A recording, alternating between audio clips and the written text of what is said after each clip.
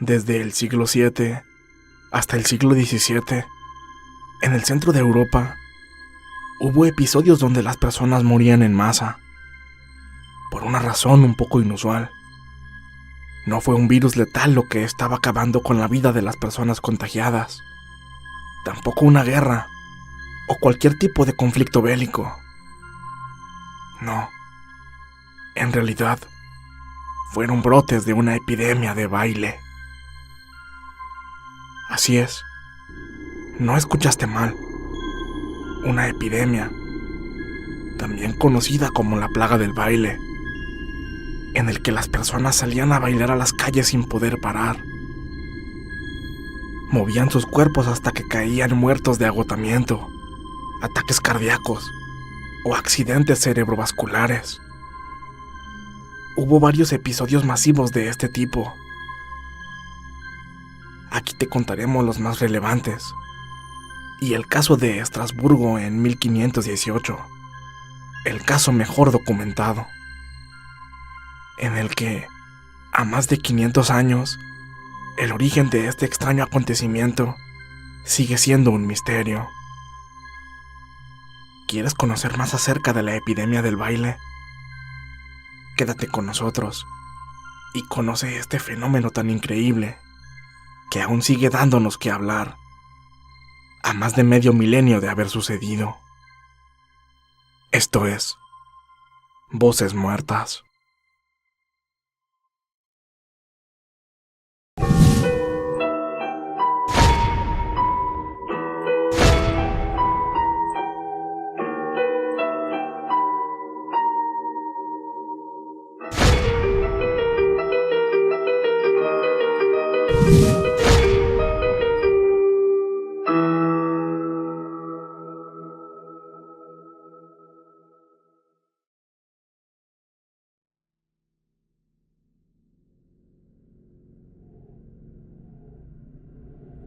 Nadie sabía por qué habían comenzado a bailar, pero allí estaban, un día cualquiera de 1278, sobre uno de los puentes que cruzaban el río Mosa, en la frontera occidental del Sacro Imperio Romano Germánico. Se trataba de una multitud formada por 200 personas que agitaban sus cuerpos descontroladamente, compulsivamente, incapaces de detenerse, como si hubieran sido víctimas de alguna clase de maleficio diabólico que las obligaba a moverse en contra de su voluntad. De repente, el puente se vino abajo. La mayoría de los que bailaban sobre él cayeron en el río y comenzaron a ser arrastrados por la corriente. Sin embargo, para sorpresa de todos los presentes, ninguno de ellos hizo esfuerzos por alcanzar la orilla o mantenerse a flote. Todo lo contrario. En lugar de intentar nadar, en lugar de intentar ponerse a salvo, todos continuaban contorsionándose en el agua, batiendo sus brazos y piernas como posesos, hundiéndose cada vez en mayor número y pidiendo auxilio porque, sencillamente, no podían dejar de bailar, ni siquiera mientras se ahogaban. Muchos perecieron aquel día en el fondo del río. Los supervivientes, algunos de ellos lesionados debido al derrumbamiento del puente, fueron transportados a una capilla cercana, dedicada a San Vito. Ahí, poco a poco, todos fueron dejando de retorcerse y recobrando la normalidad.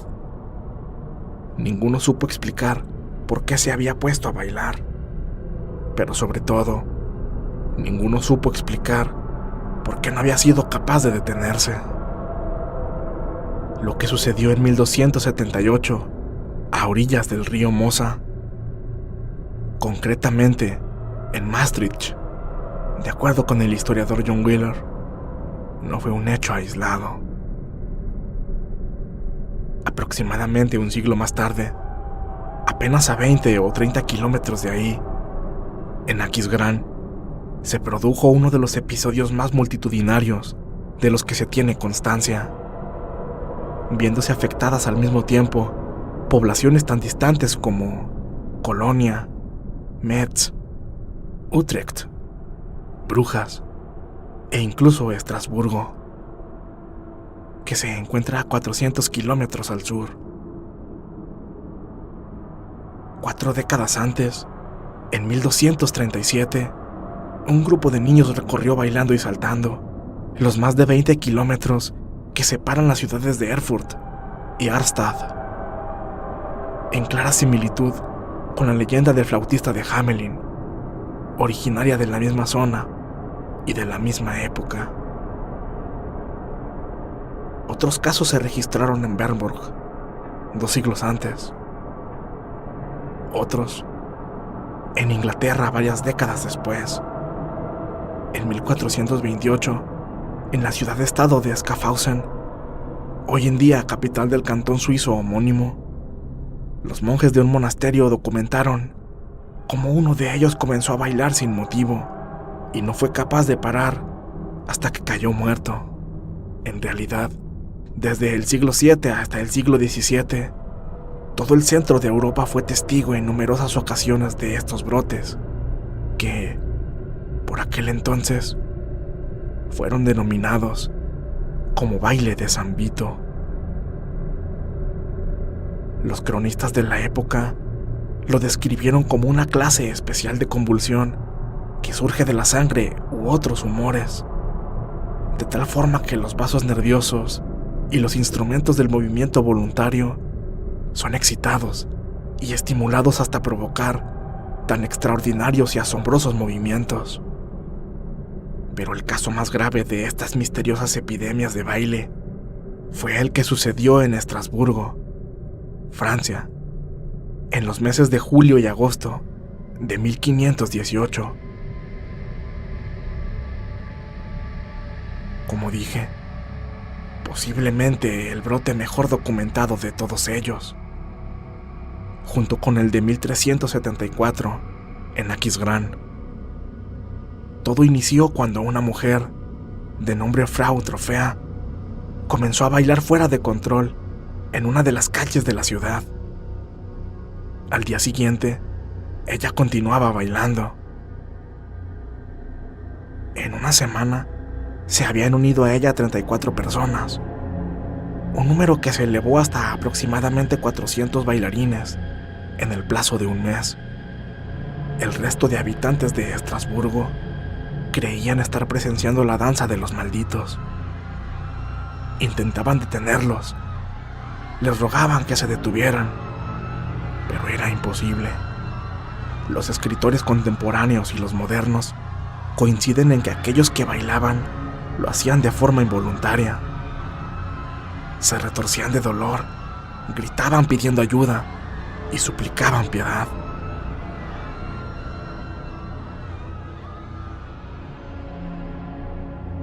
Según los informes de la época, en Estrasburgo, durante aquellas semanas, fallecieron bailando alrededor de 15 personas al día por infarto, derrame cerebral o agotamiento. Se creía que el baile era al mismo tiempo la enfermedad y su cura, ya que numerosas personas recobraron el juicio temporalmente, bailando a propósito hasta el olvido, con la creencia de que solo de este modo se levantaría la maldición. Por la misma razón, en Estrasburgo, en 1518, las autoridades ordenaron que los bailarines continuasen bailando día y noche, para lo cual se construyó un escenario especial en el centro de la ciudad, donde se pudiesen mover con libertad. Resulta difícil imaginar una escena más macabra. Docenas de personas sacudiendo trágicamente sus extremidades, troncos y cabezas, sobre una plataforma mientras el resto de vecinos, los que habían escapado al hechizo, observaban desde la plaza cómo algunos iban muriendo exhaustos y a otros se les rompían los huesos de las rodillas y los tobillos, sin que nadie pudiera hacer nada por ellos. Creyendo que las causas de la plaga eran de naturaleza sobrenatural y convencidos de que solo con más baile podrían erradicarla, las autoridades decidieron contratar entonces a músicos profesionales para mantener a los endemoniados en constante movimiento. Sin embargo, la medida fue un desastre. Hubo que esperar hasta principios de septiembre para que la epidemia se terminara. Un buen día, de buenas a primeras, los que sobrevivieron dejaron de bailar. Y eso fue todo.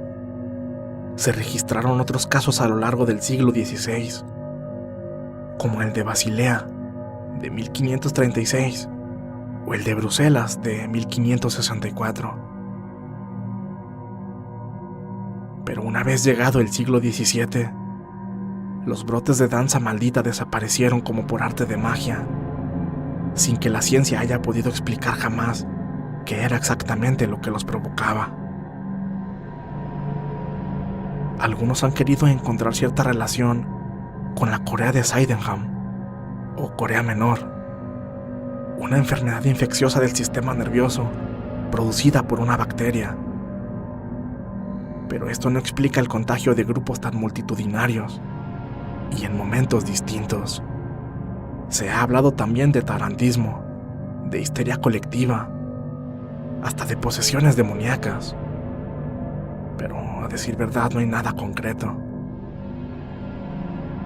Últimamente ha adquirido fuerza la hipótesis de que estos brotes, en realidad, pudieron haberse debido a la ingesta accidental, o quizá no tanto, de Claviceps purpúrea o cornezuelo, un hongo que crece en el centeno y otro tipo de cereales y hierbas, y del cual se obtiene la dietilamida de ácido lisérgico, o LSD. Pero no es sencillo explicar la duración de sus efectos en el tiempo, lo que nos lleva a inferir que, tal vez, después de todo, no exista una explicación para las epidemias de baile. Así como llegaron en el siglo VII, se esfumaron 1000 años más tarde. Te pido que te pongas un momento en el lugar de todas aquellas personas que bailaron hasta la muerte. Tal vez suene algo absurdo, pero imagínate, tan solo por un segundo, cómo sería morir de agotamiento, con los huesos rotos, pidiendo auxilio, y destrozado después de semanas enteras gritando de dolor. Nosotros creemos que es una manera horrible de morir. De eso no cabe duda. Nadie querría pasar por algo así. Pero también hay que reconocer que, de entre todas las muertes espantosas, de entre todas las formas más crueles y espeluznantes que hay de morir, quizá hacerlo bailando sea la más entretenida de todas ellas. ¿No lo crees así? En el fondo, aunque solo sea al principio, incluso debe de tener un punto divertido. Así que, si estuvieras destinado a morir cruel y horriblemente, y tuvieras la oportunidad de elegir, creo que morir bailando sería la opción más viable de todas ellas. ¿No lo crees? Me gustaría saber tu opinión. Por favor, déjame tu respuesta en la caja de comentarios.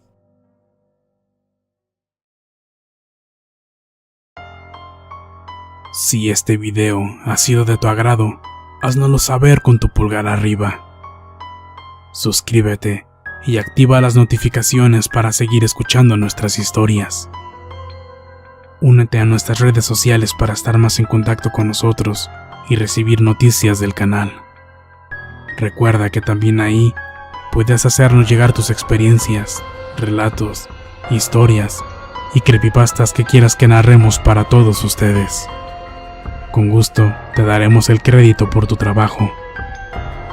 Y no olvides suscribirte a nuestro canal principal, Frecuencia Paranormal. Esto es Voces Muertas. Buenas noches.